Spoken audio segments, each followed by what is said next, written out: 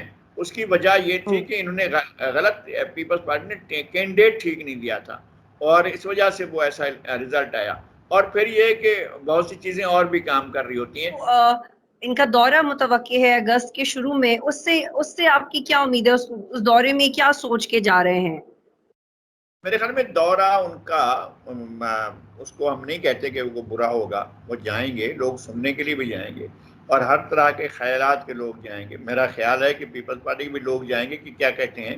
یہ ہو سکتا ہے کہ ان کے جلسے، لیکن یہ کہ وہ جلسے ریکارڈ توڑ دیں گے یا بہت بڑے جلسے ہوں گے، آئی ڈونٹ تھنک سو. ان کے پاس ٹھیک ہے جلسے جیسے جلسے ہوں گے، لیکن سندھ میں اس وقت بھی پیپلز پارٹی کے بعد اگر کوئی بڑا کراؤڈ بنا سکتا ہے وہ تو جے یو آئی ہے. جے یو آئی کے جو جلسے ہوتے ہیں یا جو ان کی ریلیز ہوتے ہیں تو اس کا تو کوئی مقابلہ کوئی اور کر نہیں سکتا ہے، وہ صرف پیپلز پارٹی کر سکتی ہے. لیکن جے یو آئی بھی انتخابی پارٹی نہیں ہے، اس کے پاس کوئی سیٹ نہیں ہے اندرون سندھ سے، دیہی علاقوں سے سندھ سے اس کے پاس ایک کوئی سیٹ بھی نہیں ہے. اور ان کا مارجن یہ تھا کہ ان کے امیدوار نے 4-5 ہزار ووٹ لیے اور پیپلز پارٹی کے امیدوار نے 56 ہزار ووٹ لیے. اتنے مارجن میں کون آپ کہاں کھڑے ہوں گے؟ یہ جو پچھلے دنوں الیکشن ہوا بدین میں.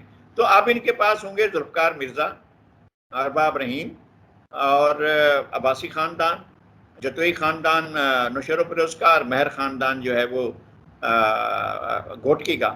یہ ان کے ساتھ جائیں گے، لیکن یہ اب وہ اس پوزیشن میں الیکٹیبل نہیں رہے ہیں کہ وہ ان کو سیٹیں نکال کر دیں.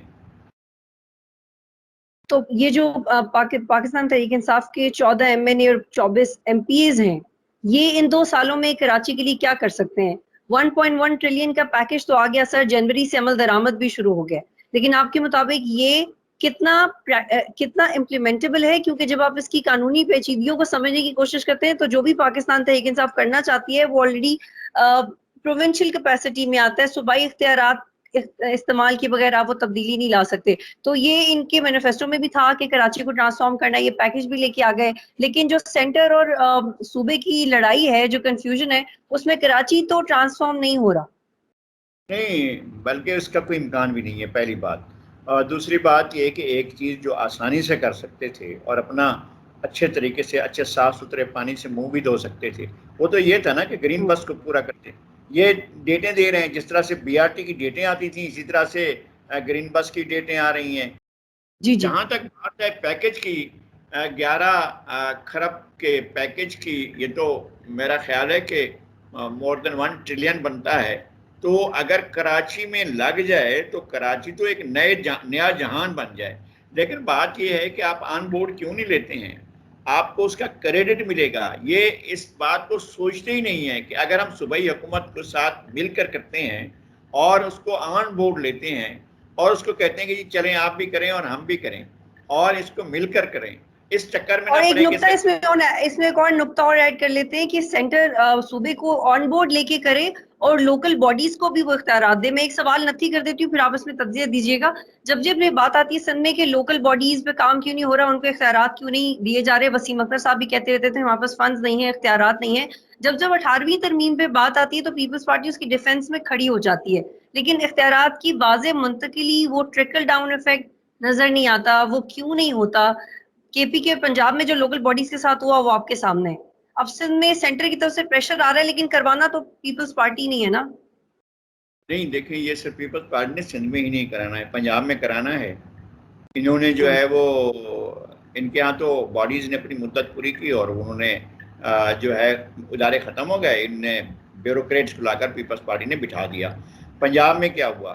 پنجاب میں تو سپریم کورٹ نے کہا نا ادارے بحال کر کے ان کو اپنے واپس کرو اقتدار. تو بلدیاتی اداروں کو اب تک نہیں مان رہے ہیں. دروازے پر جو وہ جاتے ہیں تو ان کو وہاں روک دیا جاتا ہے، تالے لگا دیے جاتے ہیں کہ آپ نہیں آ سکتے. تو آپ کا انٹینشن کیا ہے؟ یعنی سندھ میں ضرور ہونا چاہیے. میں اس کو بلیو کرتا ہوں کہ آپ کے بلدیاتی اداروں کا یہ جو 3 ٹیئر آپ کے پاورز کا ڈسٹریبیوشن ہے کہ ایک فیڈریشن کے پاس ہے، کچھ پروونس کے پاس ہے اور کچھ نیچے لوکل باڈیز کو جانا چاہیے. یہ تو بہت ضروری ہے کراچی کو اپنے مسائل کے حل کرنے کے لیے اور اس کے پاس فنڈز موجود ہونے چاہیے، اور ہر ضلع کو، لاڑکانہ کو بھی ہونا چاہیے، ٹھٹھا کو بھی ہونا چاہیے، بدین کو بھی ہونا چاہیے، سکھر کو بھی ہونا چاہیے، سب شہروں میں بلدیاتی نظام مضبوط ہونا چاہیے اور پیپلز پارٹی کو اس سمت میں کام کرنا چاہیے۔ لیکن تو اگر یہ پی جو ٹی 2 آئی سال باقی رہ گئے ہیں سر، جی سر، یہ جو 2 سال باقی رہ گئے ہیں سر، اس میں کیا ایکسپیکٹ کر رہے ہیں آپ؟ کس پارٹی سے ایکسپیکٹ کر رہے ہیں ان 2 سالوں میں؟ دیکھیں گیونگ کنڈیشنز تو یہی ہیں کہ لوگ جو ہیں الطاف حسین کے طرز سیاست کو اور ایم کیو ایم کے طرز سیاست کو کراچی کے لوگوں نے اس سے گریز کر کے پی ٹی آئی کو منتخب کیا۔ پی ٹی آئی نے لوگوں کو ڈیلیور نہیں کیا، پیپلز پارٹی نے کراچی کے حد تک ہم کہہ سکتے ہیں کہ ڈیلیور نہیں کیا، تاہم جو چند بڑی شاہراہیں ہیں ان کو کیا، وہ بھی پچھلے دور میں۔ اس دور میں تو انہوں نے کچھ بھی نہیں کیا، پچھلے دور میں انہوں نے کچھ کیا۔ اب لیاری میں کچھ کام ہو رہے ہیں، کچھ دیگر علاقوں میں کام ہو رہے ہیں، اور صوبائی حکومت جو ہے بہت ہی سست رفتاری سے کام کر رہی ہے، لیکن انہوں نے شروع کیا تھا۔ دیکھیں ان کو ڈیولپمنٹ فنڈ ملے ہیں مرکز کی طرف سے، اگر مرکز کی طرف سے ڈیولپمنٹ فنڈز ملے ہیں تو ان کا یوٹیلائزیشن ہمیں کہیں تو نظر آئے۔ ہم پورے شہر میں گھومتے ہیں، ہمیں تو کہیں لگتا ہوا، میں نے دیکھا ہے کچی آبادیوں میں جا کر، وہاں پر انہوں نے جا کر کھدائی کی کہ ہم ڈیولپمنٹ کا کام کر رہے ہیں، نتیجہ کیا نکلا کہ وہیں کا وہیں سر وہ چھوڑ یہ دیا۔ کہتے ہیں کہ جی 1800 بلین ہم نے این ایف سی فنڈ کے ذریعے ان کو دیے، انہوں نے کام ہی نہیں کیا۔ وہ 1800 بلین کس طرح این سے ایف سی استعمال کی یہ ہوئے، ذمہ خرچ دار کیسے؟ نہیں ہے، این ایف سی یہ مرکز کا عطیہ نہیں ہے، یہ ان کی خیرات نہیں ہے، یہ ان کی زکوٰۃ نہیں ہے، یہ ان کا پیسہ نہیں ہے، ان کو پتہ نہیں ہے۔ میں پھر عرض کرتا ہوں کہ ہمارے میڈیا کے اندر ایک جنرل پرسپشن ہے کہ کچھ نہیں ہوا سندھ کے اندر، سندھ کھنڈر بن گیا۔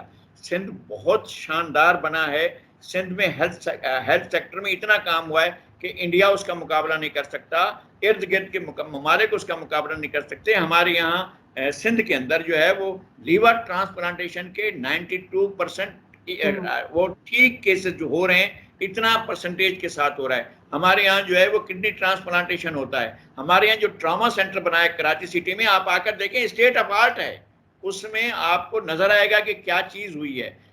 پورے سندھ کے اندر جال بچھایا گیا ہے، دل کے امراض کے ہسپتالوں کا جال بچھایا گیا ہے، یعنی کوئی سندھ کا ضلع ایسا نہیں، پورے خیبر پختونخوا میں ایک ڈاکٹر بھی نہیں ہے جو کارڈیو کے پیشنٹ کو جو ہے وہ ریسکیو کر سکے، ایک۔ تو ہم یہاں سندھ کے اندر تو ایک ایک ضلع میں، وہاں پر انہوں نے ہیلتھ سیکٹر میں اتنا بڑا کام کیا ہے کہ وہ تو حیران کر دیتے ہیں۔ تو ٹھیک ہے، ایک نئے زاویے سے آپ سے سوال پوچھنا چاہ رہی ہوں، اور کچھ اور بھی سیاسی سوالات کرنے آپ سے۔ سر یہ بلاول بھٹو نے بھی کہا کہ جب افغانستان میں تبدیلی آتی ہے یا افغانستان کے حالات اوپر نیچے ہوتے ہیں تو کراچی پہ اس کا ڈائریکٹ افیکٹ آتا ہے، ماضی میں بھی آتا رہا ہے۔ کبھی ہم نے کلاشن کوف کلچر کی صورت میں دیکھا تو کبھی بڑے بڑے دہشت گرد وہاں سے پکڑے گئے۔ آپ کے چیف منسٹر بھی کہتے ہیں، پیپلز پارٹی کے چیئرمین بھی کہتے ہیں کہ ہم تیاری کر رہے ہیں۔ کس نوعیت کی تیاری کر رہے ہوں گے یہ لوگ؟ What are they thinking about it? نہیں، ظاہر ہے وہ جو انفلکس ہے، وہ جو دباؤ ہوگا آبادی کا، اس کو روکنے کی کوشش کر رہے ہوں گے کہ کشمور پر، گھوٹکی پر، جو ان کے بارڈرز ہیں وہاں پر روکا جائے اور اس طرح کی نقل مکانی نہ ہو۔ تو جب آبادی کا دباؤ بڑھے گا تو آپ کے وسائل خرچ ہوتے ہیں نا، پانی ہوگا تو پانی میں ڈسٹریبیوشن ہوگا، آپ کا گیس ہوگی اس میں ڈسٹریبیوشن ہوگا، آپ کا ایجوکیشن کا سیکٹر اس میں اس کا کرنا پڑے گا، ہیلتھ کے سیکٹر میں جانا پڑے گا، وہ سارے استعمال کرتے ہیں۔ آپ جائیں یہاں ہسپتالوں میں لے کر، آپ کو ایک بڑی تعداد ملے گی جو افغانی ہسپتالوں میں اپنے علاج کے لیے آئے ہوئے ہوتے ہیں، یہاں سرکاری ہسپتالوں میں بھی اور پرائیویٹ ہسپتالوں میں بھی آپ کو ملیں گے بڑی تعداد میں۔ تو یہ ہوتا ہے، آپ کے جو وسائل ہوتے ہیں ان میں وہ شیئر کرتے ہیں۔ تو اگر وہ کوئی شیئر کرتا ہے اور آپ کا نیشنل نہیں ہے اور آپ کے ساتھ اس کا کوئی لنک نہیں ہے، تو اس پر ظاہر ہے جو بھی پارٹی ہوگی، جو انڈیجینس پارٹی ہوگی، جو زمین کی پارٹی ہوگی، وہ تو کہے گی یار یہ غلط ہو رہا ہے ہمارے ساتھ، ہم اپنے لوگوں کو نہیں ڈیلیور کر پا رہے ہیں تو ہم باہر سے آئے ہوئے لوگوں کو۔ اور وہ اس انڈیجنس پارٹی کا یہ بھی کہنا ہے کہ اگلی حکومت ہم بنا رہے ہیں، اس میں کتنی صداقت ہے، یا یہ کتنا کنونسنگ ہے؟ وہ امریکہ بھی گئے، کیا دیکھ رہے ہیں آپ؟ پاکستان پیپلز پارٹی گورنمنٹ بنانے کی پوزیشن میں یا صرف سیاسی بیان؟ میں اس کو اس طرح دیکھ رہا ہوں کہ اگر میاں نواز شریف اپنی موجودہ پالیسی کو برقرار رکھتے ہیں تو یہ آپشن کسی کے لیے بھی کھلا ہے، ایون پیپلز پارٹی کے لیے بھی کھلا ہے۔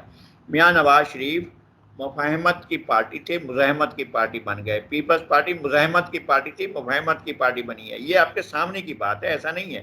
یہ جو چیک وغیرہ بننے اسٹیبلشمنٹ سے بھی مفاہمت کر لی مولانا فضل الرحمان نے، کہا ان سے بھی ڈیل کیا انہوں نے. میرے پاس اس کی کوئی شہادت موجود نہیں ہے. مولانا فضل الرحمان کے لوگ، میں نے وہ میرے پاس تصویریں موجود ہیں، میں آپ کو بھیج دوں گا. مولانا فضل الرحمان کی اور پی ٹی آئی کی گاڑیاں جو ہیں وہ جھنڈے لگا کر کشمیر میں کمپین کر رہی ہیں. تو اس طرح کی چیز تو ہم کہہ سکتے ہیں کہ مولانا نے جو ہے وہ پی ٹی آئی کے ساتھ مفاہمت کر لی ہے. تو اس طرح کی چیزیں ہم نہیں کہتے. میں کہتا ہوں کہ کوئی چیزیں آپ نے ڈائلاگ کا کوئی دروازہ کھولا ہے، آپ نے بیٹھ کر بات چیت کی ہے. میاں نواز شریف اگر اس بات پر تلے ہوئے ہیں کہ ہم انقلاب لے آئیں گے تو پھر انقلاب کی بات کریں، پھر انتخاب کی بات نہ کریں. آپ یہ نہ کہیں کہ جناب ہم انتخابی پارٹی ہیں. یہ بات بھٹو صاحب کے زمانے میں 69 میں یہاں حیدرآباد کے قریب حالہ میں کنونشن میں معراج محمد خان نے کہا کہ بھائی نہیں، انقلاب جو ہے وہ پرچی سے نہیں آئے گا، برچی سے آئے گا، اور بیلٹ سے نہیں آئے گا، بلٹ سے آئے گا. تو اگر میاں نواز شریف بلٹ سے انقلاب لانا چاہتے ہیں تو بسم اللہ آئیں، شروع کر دیں. اور یہاں وہاں بیٹھ کر نہیں کریں گے. یہ وہ زمانہ نہیں ہے کہ لینن جو ہے وہ 12 سال جرمنی میں بیٹھا رہے اور جو ہے انقلاب جو ہے وہاں پر کام کر رہا ہو. تو انقلاب اور یہاں آج پر کی خبر تو یہ بھی ہے کہ شہباز شریف نے کہا ہے کہ وہ صدارت چھوڑ سکتے ہیں، جس طرح سے آزاد کشمیر میں ریزلٹس ہیں ریپورٹڈلی. تو ان کے راستے اب الگ الگ ہو گئے. باقی میرا خیال ہے کہ ان کے پاس کوئی اور آپشن نہیں ہے. اور مسلم لیگ کو، اگر پاکستان مسلم لیگ نون کو انقلابی پارٹی بنایا جا رہا ہے تو پھر انقلابی پارٹی بنائیں. پھر شہباز شریف یا باقی لوگ، ایمان شاہد خاقان عباسی بھی، وہ پھر ہمارے دوست موجود ہیں جناب پرویز رشید صاحب، ان کے ساتھ مل کر انقلاب لے آئیں، مریم نواز اور نواز شریف صاحب. لیکن نواز شریف صاحب کو لیکن یہ بھی ایک پرسیپشن ہے کہ نون لیگ کی زیادہ تر جو اکثریت ہے نون لیگ کی، وہ چاہتے ہیں کہ اسٹیبلشمنٹ کے ساتھ ان کے تعلقات بہتر رہیں اور یہ لوگ باقاعدہ طور پہ سیاست. اسی لیے زیادہ امکان اس بات کا ہے کہ یہ پارٹی اگر اس اسٹینڈ پر رہتی ہے، میری یہ خواہش نہیں ہے کہ وہ موجودہ اسٹینڈ کو ریویو کرے. اگر وہ موجودہ اسٹینڈ کو، اگر مزاحمت کے اسٹینڈ کو اگر ریویو نہیں کرتی ہے تو پھر آگے بڑھے، پھر نواز شریف آ جائیں اور آ کر حالات کا مقابلہ کریں اور انقلاب کے لیے کوشش کریں، اور بہت سے لوگ تالیاں بجائیں گے. اگر وہ رہتے ہیں کہ جناب ہم انتخابی پارٹی بھی رہیں گے اور ہم سارے کے سارے طاقتور اداروں کو ختم کر کے اور بادشاہت قائم کر لیں گے، تو پاکستان میں بادشاہت کا قیام مجھے نظر نہیں آ رہا ہے. نہ وہ امیر المومنین بن سکتے ہیں، نہ ان کے پاس اتنی طاقت ہے کہ وہ امیر اور المومنین. پیپلز پارٹی کس کے ساتھ ہے؟ پیپلز پارٹی شہباز شریف کے ساتھ ہے؟ نہیں، بالکل نہیں ہے. پیپلز پارٹی میرے خیال میں پیپلز پارٹی کے ساتھ ہے. وہ کسی دوسری پارٹی کے ساتھ کیسے ہوگی؟ وہ اپنے ہی ساتھ ہے. اس نے اپنے لیے الیکشن میں یا سیاست میں لوگ اپنے لیے اسپیس بناتے ہیں. وہ زرداری صاحب نے ان کے لیے بڑا اسپیس بنایا. جب عمران خان دھرنا دے رہے تھے تو انہوں نے بڑا اسپیس بنایا، اور یہ ان کے لیے ان کی حکومت جا رہی تھی. یہ زرداری صاحب آئے اور انہوں نے کہا بھی چلو پارلیمنٹ، وہاں جا کر بیٹھ جاؤ، ہم پارلیمنٹ میں بیٹھتے ہیں. وہ نہیں حکومت کو ختم کیا جا سکا.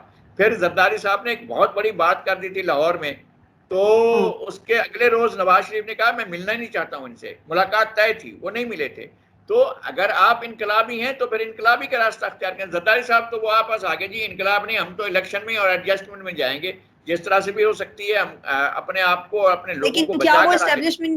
لیکن کیا وہ اسٹیبلشمنٹ کی چوائس ہو سکتے ہیں زرداری صاحب؟ کیونکہ یہ رپورٹ کیا جاتا ہے کہ اسٹیبلشمنٹ کہتی ہے ہمارے پاس کوئی چوائس نہیں ہے عمران خان کے علاوہ. اب تک کی جتنی کامیابیاں ہیں، اب تو باہر کی دنیا بھی کہہ رہی ہے کہ رشیا کے ساتھ تعلقات کی بنیاد زرداری صاحب نے رکھی، اور وہ بہت ساؤنڈ بنیاد رکھی تھی.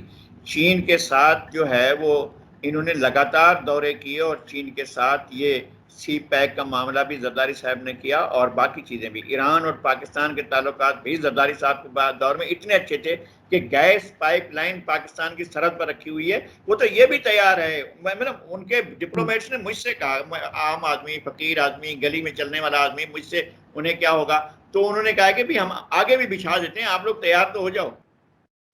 تو اب میں یہ سمجھوں کہ زرداری صاحب کے جو ڈپلومیٹک سکلز ہیں وہ آنے والے وقت میں عمران خان سے زیادہ بہتر ہو جائیں گے، اور اب بھی ہیں. ایبسلوٹلی ہی از ویژنری. ان کو تو ایک پینٹ کیا گیا ہے نا کہ وہ ویلن ہے سوسائٹی کا. اس کو تو ایک گناہ بنا دیا گیا، گالی بنا دیا گیا. ہی از ناٹ. تو یعنی کہ اسٹیبلشمنٹ کے پاس چوائس ہے، اسٹیبلشمنٹ کے پاس چوائس ہے. اسٹیبلشمنٹ پہلے ان کے ساتھ کام کر چکی ہے. اور ان کے لیے کوئی اسٹیبلشمنٹ کو تکلیف نہیں ہوئی. اسٹیبلشمنٹ کی طرف سے زرداری صاحب کو تکلیف ہوئی, لیکن زرداری صاحب کی طرف سے اسٹیبلشمنٹ کو کوئی تکلیف نہیں ہوئی ہے. ٹھیک ہے, آخری سوال نذیر رغائی صاحب کہ یہ جہانگیر ترین نے کس کو گارنٹی دی ہے کہ وہ حکومت نہیں گرانے میں اپنا کردار ادا کریں گے, یہ کیا بات ہے؟